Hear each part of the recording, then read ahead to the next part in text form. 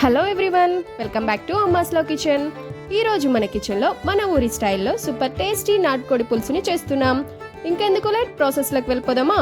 ముందుగా నాటుకోడిని నీట్గా కడిగి క్లీన్ చేసి పక్కన పెట్టుకోండి. ఇప్పుడు చికెన్లో టేస్ట్కి సరిపడా సాల్ట్, కొంచెం పసుపు, 2 స్పూన్స్ ఆయిల్ వేసి బాగా కలుపుకొని 10 to 15 మినిట్స్ పక్కన పెట్టుకోండి.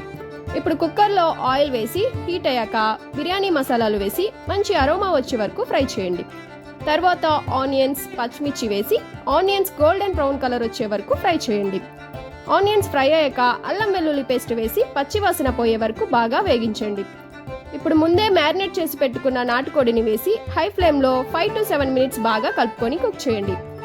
తర్వాత కొంచెం పుదీనా వేసుకొని మిక్స్ చేసి 2 స్పూన్స్ ధనియా పౌడర్, టేస్ట్కి సరిపడా కారం, కొంచెం కస్తూరి మేతి, గరం మసాలా వేసి మసాలా అంతా చికెన్కి బాగా పట్టేలా కలుపుకోండి.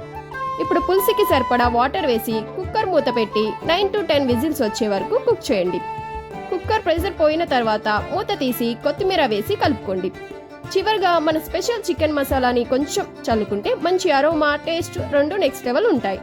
అంతే, ఊర్ స్టైల్ నాటుకోడి పులుసు రెడీ. వేడి అన్నం, రాగి సంగటి లేదా జొన్న రొట్టెతో తింటే ఆ రుచి వేరే లెవెల్ ఉంటుంది. మీరు కూడా ట్రై చేసి ఎలా వచ్చిందో కామెంట్స్లో చెప్పండి. మన స్పెషల్ చికెన్ మసాలా రెసిపీని ఆల్రెడీ మన ఛానల్లో పోస్ట్ చేశాను. లింక్ని డిస్క్రిప్షన్లో ఇస్తాను, తప్పకుండా చూడండి. నా వీడియో నచ్చితే లైక్, షేర్, సబ్స్క్రైబ్ చేయడం మర్చిపోకండి. Thank you all.